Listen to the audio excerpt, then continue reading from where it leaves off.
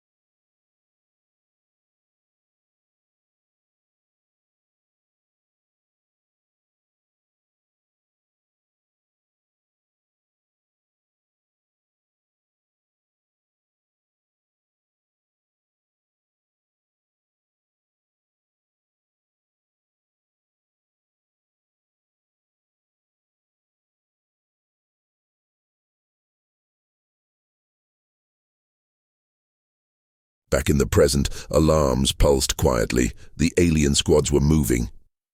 "They're scanning the junk fields," Rhea said, "looking for a path in." "They won't come peacefully," Kelzor warned. "Shatari never come without weapons." "I know," Rhea replied. "That's why I'm not waiting." She pressed a button. Far outside, a hidden pile of junk exploded upward, releasing a dozen flying drones made from old toy helicopters and parts of ancient fans. Each one carried a camera. A small bomb, a small surprise. They spread like a swarm across the junk. The aliens stopped. They fired at the drones but missed. The drones didn't attack right away. They hovered, watched, recorded. "Why don't you destroy them?" Kelzor asked. Rhea smiled slightly. "Fear is more powerful than fire." Suddenly a second alarm rang. This one sharp, urgent. "North tunnel breach," Sentinel-3 announced. "Unauthorized entry. Single intruder." Rhea moved fast. She grabbed a handmade weapon, part hammer, part stun blade, and ran into the lower halls. Kelzor followed. They moved through tight passages lined with old computer shells and flickering lights. At the far end, someone stood. An alien. Shatari. Not a soldier, but a spy. He had entered quietly, using stealth gear, slipping through cracks in the wall. But Rhea was ready. She hit a switch. The floor dropped open. The spy screamed and vanished into a pit filled with coils and sparks. Kelzor stopped in shock. "You turned the walls into traps." "Every floor, every door, every corner," she said. "This fortress doesn't let you make mistakes." He looked around with new eyes. Everything looked like trash, but it wasn't. Every item had a use. Every corner was wired. Every shadow was planned. It was all junk, but perfect junk. Later, Rhea showed him the power room. It was deep underground, made from a broken spaceship core. Solar panels on the surface charged it by day. Old cooling fans kept it running. Even broken food processors were used to grow simple plants. "This place is alive," Kelzor whispered. Rhea nodded. "It's more than that." She pointed to a wall of blinking lights. "The AI has been watching. Alien signals. You weren't the first." Kelzor looked confused. "What do you mean?" Rhea touched the wall. Dozens of red dots appeared. "Other fleets have landed here before. Small scout teams, elite hunters, even one full squadron." She turned toward him. None made it back. Kelzor felt a chill. "You killed them?" Rhea shook her head. "I didn't have to. The planet did." He stared at her. "What?" She walked over to a vent and opened it. "Feel the air." He did. It was warm. Too warm. Below them, something big was running. "The trash is waking up," she said. "Something deep beneath us is moving." Sentinel-3 spoke. "Core systems reactivating. Unknown energy detected in lower levels." Kelzor stepped back. "You didn't build all this, did you?" Rhea looked down. "I thought I did. But now, I think this planet remembers more than we know." She stared into the floor. "There's something older here, buried deep in the trash." Watching, waiting. Outside, alien squads opened fire. The drones finally responded, dropping stun bombs, guiding enemies into marked zones. Hidden speakers played static-filled voices, human whispers, laughter, commands. It wasn't real, but the aliens believed it was. One group fired at shadows. Another shot their own. Panic spread fast. The fortress didn't need to fire a bullet. The fear was doing all the work. Kelzor stood beside Rhea at the main screen. "You built this place from junk," she nodded. "But it's more than junk now. It's a fortress," he said. She corrected him. "It's a message." He frowned. "To who?" "To everyone who thinks humans are weak. To every species that throws away our tech like trash. To every empire that forgets what we're capable of." She looked out at the night sky. "They made this planet a dump." She smiled coldly. "I made it a warning. Far in orbit, a massive alien warship prepared to launch its main assault, but its systems blinked, cameras flickered, targeting failed. A voice played inside the ship's speakers, a human voice. "Welcome to the garbage planet. We've been expecting you." From the outside, Rhea's fortress looked like a trash heap. But inside, it was smarter than most capital ships. It could see, hear, feel. It didn't sleep. And tonight, it watched everything. Deep underground, Sentinel-3's core glowed brighter than ever. Wires buzzed, screens flickered, tiny lights danced along rusty panels. The AI's voice filled the control room. New data received, long-range sensors locked, 10 alien vessels in orbit, primary weapons charging. Kelzor stood beside Rhea, tense. "They're preparing for full attack," he said. "I know," Rhea replied calmly. She stared at the screen. No panic, no fear, only quiet control. Outside the walls, the alien troops regrouped. Shatari war squads in black armor scanned the field. Their heat guns and slicer blades gleamed under dim stars. They no longer laughed. They no longer mocked. They knew something was wrong. Their scouts had vanished. Their drones were blind. Every step forward felt like walking into a trap, because it was. From her hidden towers, Rhea watched them all. Broken satellite dishes, dead ship antennas, old camera eyes.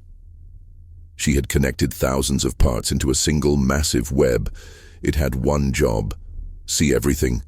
Even the rats running through pipes were tracked. Even leaves moved with purpose. No one could sneak in, no one could hide. Kelzor leaned over the table, confused. "How do you power it all? There's no fuel, no support." Rhea smirked. "I use what they left behind." She pointed to a corner. A solar battery made from crushed drone wings buzzed quietly. Energy from the sun. She pointed to a humming box beside it. Heat from broken reactors. She tapped the floor. And below us, something old. He looked around. Every wall, every light, every wire, it all looked broken. But it wasn't. It was rebuilt. Carefully. Thoughtfully. Rhea had taken the galaxy's garbage and turned it into a brain. The fortress didn't just defend. It learned. It predicted. And now, it was ready to strike. "Target acquired," Sentinel-3 said. "Enemy warship preparing low-orbit descent." Rhea's eyes narrowed. She opened a drawer. Inside was a remote made from old missile parts and gaming console. Buttons. Kelzor blinked. "That controls weapons?" "Not just weapons," she said. "It controls the response." She pressed the first button. All across the junk field's large metal arms began to rise, cobbled together from robot loaders and factory claws. They moved with eerie speed. In their grip, old weapons, human ones, alien ones, even unknown ones, all rewired. Already, the alien troops stared in horror. The junk around them was moving. Giant legs rose from beneath piles. Turrets turned.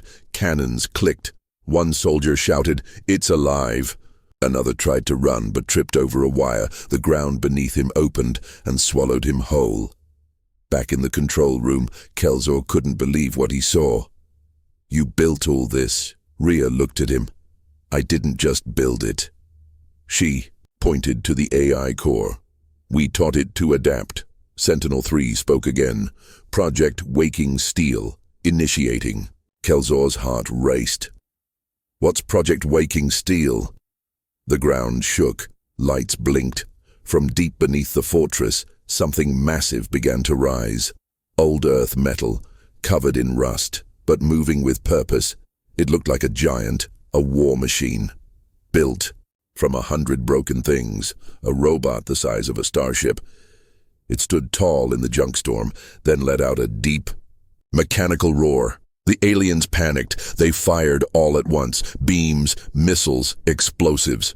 The giant didn't flinch. It raised an arm made from a fallen cruiser's wing and blocked the blast. Then it struck. One step, crushing 5 soldiers. One swing, destroying. A drop pod. Rhea watched quietly. This is what they left behind, she whispered. Forgotten tech. Forgotten strength.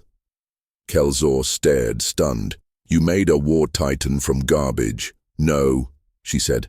I made it from anger. High above, the alien command ship watched in confusion. Their scans showed trash piles. Their data showed no threat. But now, an entire battlefield was alive, a ghost army built from the past, and at the center, one human, standing tall, not running, not hiding, commanding. Inside the ship, alien officers argued, retreat, no, she's bluffing, she's using fear. Fear is working. Rhea picked up the remote again, ready for the second response. Kelzor gulped. What is it? She pressed another button.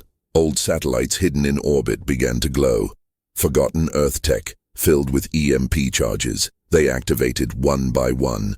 A pulse shot across the sky. Every alien weapon shut down. Guns went dark. Comms went silent. Ships stalled.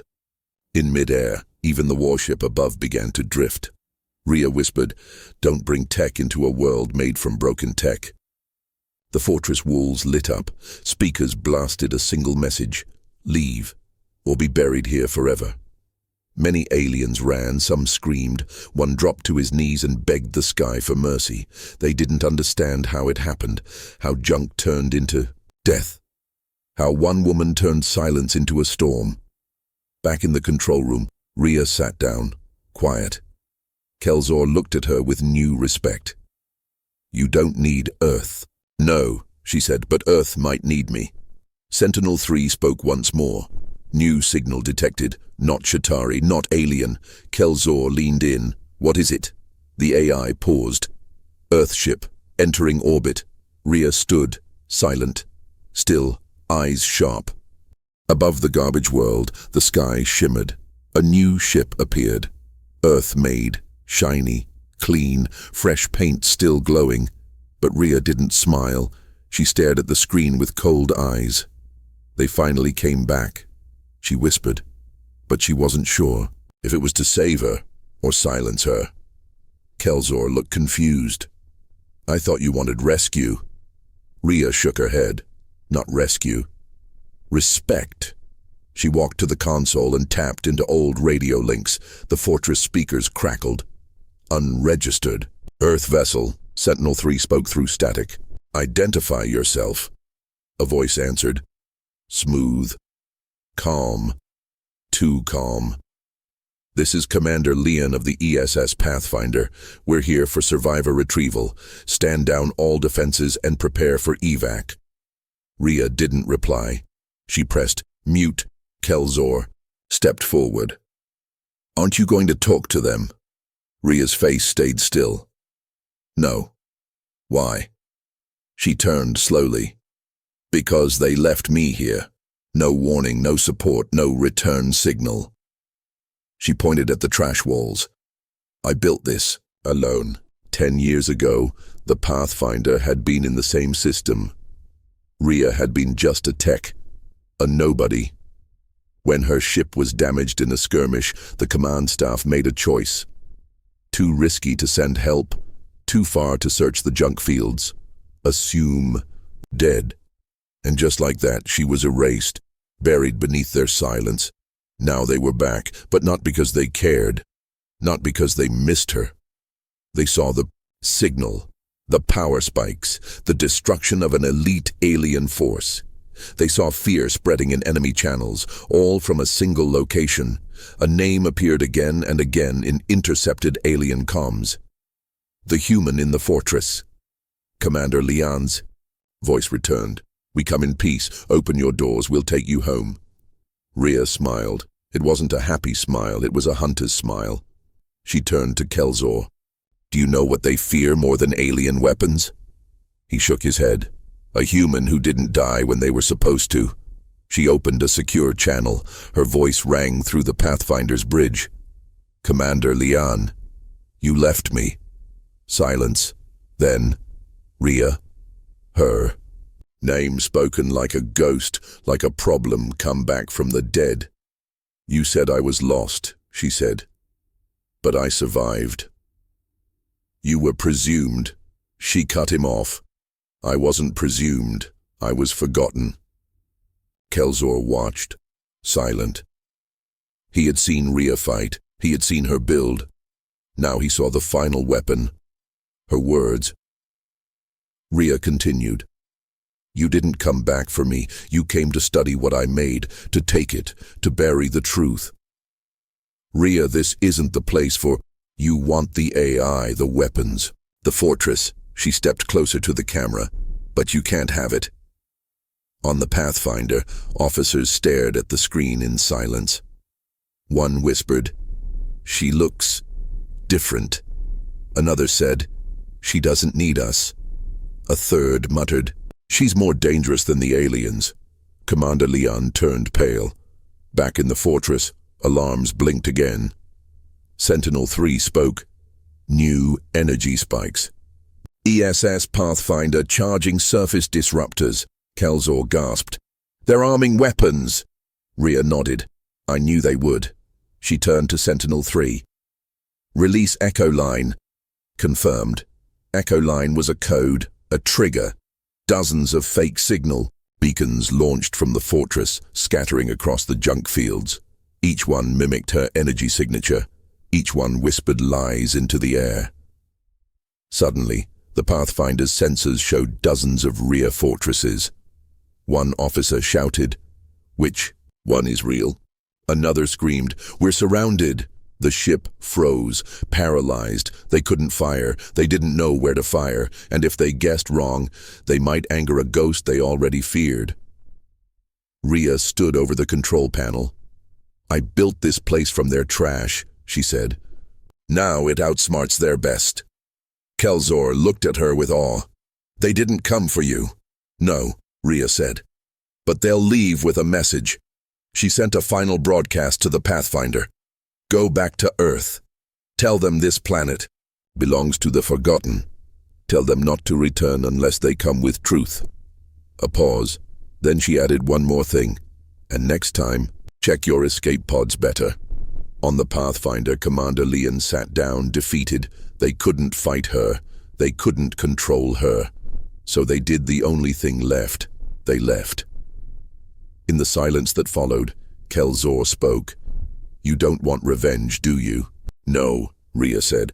I want balance. He nodded slowly. Then what's next? She looked up at the ceiling where stars blinked through a broken skylight. Now,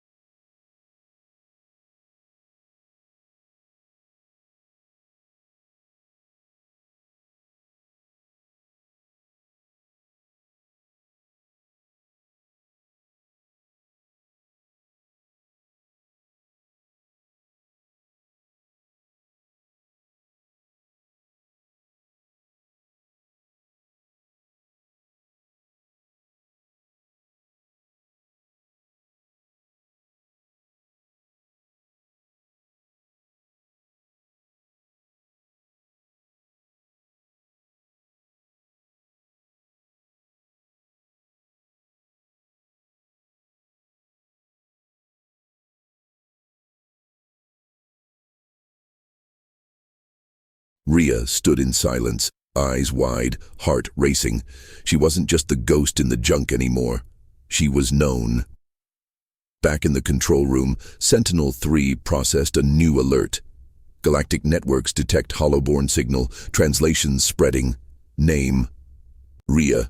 Title: Builder of Balance. Kelzor grinned. You're a legend now.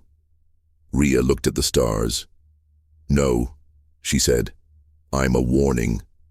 Because now, everyone would come. Rhea stood before the big screen. The holoborn were gone. But they left something behind, not a message, not tech, something bigger. A signal. Across the galaxy, machines woke up, ancient probes changed course, listening stations blinked red. The name Rhea spread like fire. So did the title they gave her. Builder of Balance.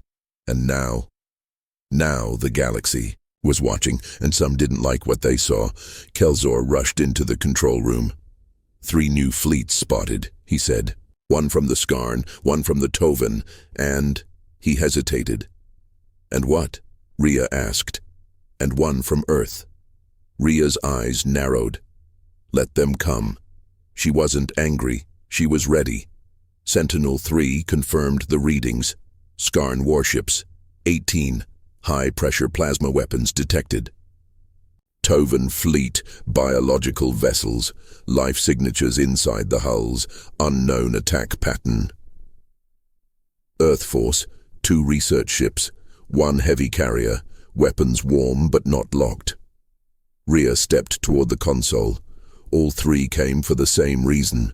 Kelzor nodded. To claim your fortress. But this place wasn't just a junkyard anymore. It was a symbol, and symbols are powerful. They make leaders nervous, especially ones who build empires on silence. The first to arrive was the Skarn, machines shaped like claws. Covered in black armor, no windows, no voices, just threats. A message blinked on Rhea's console. Surrender structure. Or be removed. Simple, direct, but they didn't know Rhea. She pressed 1 button. No words, just a pulse, sent across all open frequencies. Inside that pulse was data, images, footage. Proof of what she had done with garbage, what she had built alone, what she had survived. The Tovan received the pulse next. Their ships changed direction mid-flight. They didn't speak, they sang. Low, echoing tones filled Rhea's command room, a song of respect and fear. But Earth? They stayed quiet, too quiet. Their ships hovered behind the others, watching, waiting, like they were still deciding what she was worth. Then something strange happened. A 4th signal arrived. Unknown. Not Skarn, not Tovan, not Earth. It came from inside the junk belt. Another hidden survivor? Another ghost? No, it was herself. Kelzor stared at the screen. What is that? Rhea leaned in. It's my old escape pod. Sentinel-3 confirmed it. Escape pod. Unit 13A. Presumed lost 10 years ago. Location, Sector 5. Moving. Kelzor's eyes widened. It's active? Rhea said nothing, just ran, down metal stairs, past the solar panels, to the underground bay. There, buried beneath layers of trash, something moved, a piece of her past, alive. The escape pod broke through, sparks flew, metal. Panels fell aside, and standing in the smoke was her. Not a clone, not a robot, a backup, an AI, her voice, her face, her memories, frozen in time the day she was left behind. It looked up at her and said, "Hello, Rhea. I've been waiting." Kelzor stepped back. "This is impossible." Rhea nodded. Slowly, "No. It's perfect." The AI, calling itself Echo Rhea, explained, "When the pod went dark, I activated. I've been studying, listening, growing."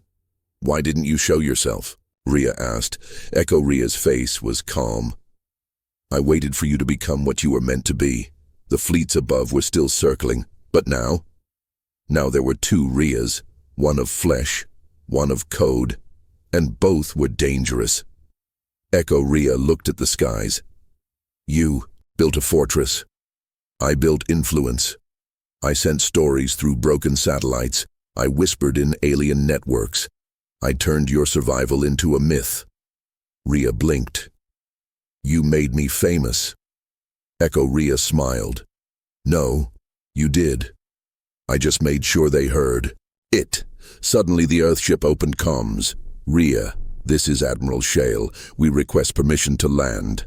We come in peace. Rhea paused, then said, only if you come unarmed. The reply came slow. Agreed. Skarn ships backed away. Tovan ships sang again. This time a song of retreat. But Earth, they landed, guns hidden, suits polished, smiles. Fake. Rhea met them at the landing zone. Admiral Shale stepped out. Impressive place, he said. Rhea crossed her arms. You left me here. He nodded. I know. And now we want to offer you a deal. But before he could speak more, Echo Rhea stepped beside her, and Admiral Shale froze. What is that? Rhea smiled. That's the version of me you buried, the part you tried to erase. Echo Rhea tilted her head. You can't silence us now. Shale tried to keep calm. You've become important. The galaxy listens to you. We know, Rhea said. And? He asked. She stepped closer. And I don't need your help. Behind her, towers of scrap lit up. New power beams activated. Rebuilt ships rose from under tarps. The fortress had grown again. Now it was a fleet, a force. Message. Rhea turned back to the Admiral. You don't control the story anymore. He said nothing, just looked at her and saw the end of old power. Kelzor walked up beside her. So what happens now? Rhea looked up at the stars. Now, we open the gates. Kelzor frowned. To the fortress? No, Rhea said. To everyone still lost out there. To the forgotten, to the broken, to the ones no one came back for. This was no longer just a fortress. It was a call. The stars were full now, full of signals, full of whispers, full of hope. Rhea's fortress, once a graveyard of trash, had become something more, a symbol, a place not just of strength, but of belonging, and the galaxy noticed. It began with a single message.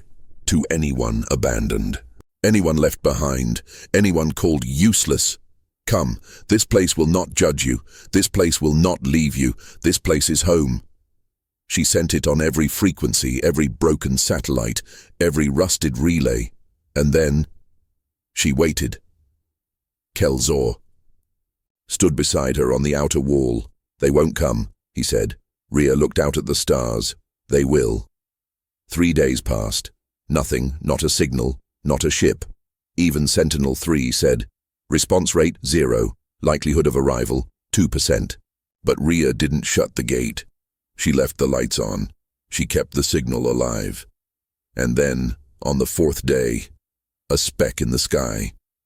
A tiny, smoking craft, barely flying, cracked windows. One wing missing. Inside was a woman, old, tired, smiling. I heard you, she said, voice shaking. Rhea helped her out of the ship. What's your name? The woman looked around at the fortress and whispered, doesn't matter anymore. I'm here now. More came. A child in an escape pod with faded stickers. A beast creature whose kind had been hunted for fun. A robot missing half its parts, but still humming a song from its homeworld. All of them came because they believed, because someone called them family. Kelzor was speechless. This is more than a rebellion, he said. Rhea nodded. This is a gathering. Soon the fortress was alive with new voices. Laughter returned. So did noise. So did mess. But it was the right kind of mess, the kind that meant people were trying again, and every day Rhea walked among them, helping carry metal, fixing doors, sharing food. She didn't lead from a tower, and she led from the ground. Then one night, the alarms went off. Not an attack, a new arrival. but not like the others. This one was huge. A ship the size of a small city hovered above the junk. It had no markings, no lights, and no one answered the hail. It just landed, slowly, silently, heavy as judgment. Sentinel-3 scanned it. Life signs detected. Multiple. Some faint. Some unusual. Rhea grabbed her tool belt. Kelzor joined her. "You're not scared?" he asked. She smiled. "I'm too curious to be scared." They entered the giant ship together. Inside, it was dark, cold, but something moved. A faint hum. Whisper, like wind through wires. Then they found them, row after row, pods, tubes, cryo chambers. Inside, survivors. Some human, some alien, some no one could name. Echo Rhea appeared beside them as a projection. "I've scanned the ship's logs. These were prisoners, taken from fallen worlds, put to sleep for experiments." Rhea's jaw tightened. "Who did this?" Echo Rhea displayed a symbol on the wall, a red hand with no fingers, just the palm. Kelzor gasped. "That's the mark of silence. They erase civilizations, no warnings, no messages, just silence." Rhea looked at the pods again. She saw a child curled up, eyes closed, hands clenched. She saw a soldier still holding a broken gun. She saw hope, frozen but alive. She turned to Echo Rhea. "Wake them." Kelzor hesitated. "There could be danger. I said wake them." It took hours, but one by one they opened their eyes, confused, weak, scared. And then they saw her, Rhea, not a queen, not a savior, just someone who refused to leave anyone behind. One of the prisoners, a four-armed creature with cracked skin, bowed low. "You are the one they speak of," he said. Rhea helped him up. "I'm just someone who built something from nothing." He looked around and whispered, "You built a future. Soon, the fortress had to grow again. New shelters, new solar nets, new food lines, but no one complained, because every hammer swing meant someone else was alive." Then came the hard part, a vote, not for power, for purpose. Rhea stood before the crowd, old, young, alien, human, mechanical. She held up a piece of bent steel. "This was trash," she said, "and now it's part of our wall, strong, solid, like us. We are not broken, we are repurposed." Cheers echoed, but she raised her hand again. "We will not wait for the galaxy to remember us. We will show them we're still here. We will answer silence with signal."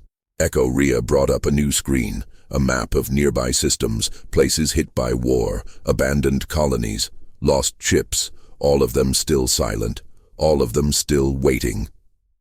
Rhea said 2 words, "Let's begin." And so, they built ships. Not sleek, not shiny, but fast, tough, loud, carried by engines made from broken drills and shielded by scrap metal once meant for ovens. Junk ships, with heart, and from the junkyard fortress, a new fleet was born. Its mission, simple, rescue the forgotten. Rhea watched them leave, one by one, heading toward dark places, to find others like her, to tell them, "You're not alone anymore." And behind them the fortress stood strong, not just a shelter now, not just a legend. It was a beginning. There was no sky above the fortress anymore, just ships, hundreds of them, some tiny, some massive, all built from junk, all built with love, and all born from one idea. No one gets left behind again. The fortress Rhea built was now known across the stars, not as a base, not even as a rebellion, but as the signal, because that's what they became.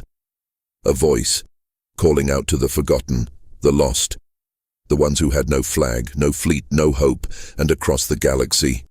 They came, one after another, crawling out of ruins, sending weak distress pings, turning toward the one place they knew would answer, a small fortress built from trash, now leading a movement made of legends. But power brings eyes, and not all of them friendly. The mark of silence noticed. The red hand symbol burned bright across star charts. Their worlds shook. Their leaders held secret meetings because they realized something terrible. Rhea hadn't built a fortress. She had built a spark. One spark that could burn down everything they controlled. And so they came, all of them. The silent armada, black ships, no lights, no names, just shadow and death.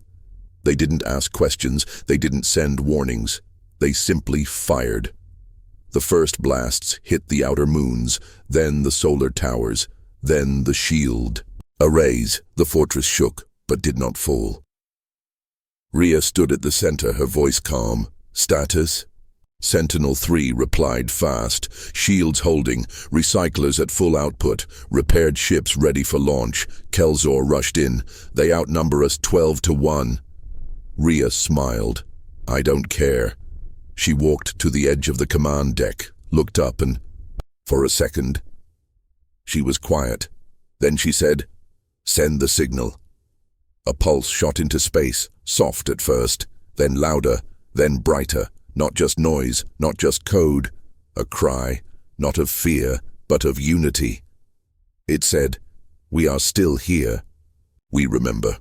We resist." The mark of silence saw it, and laughed until the stars lit up, one by one. Ships came from every direction, every shape, kind, from the broken, the forgotten, the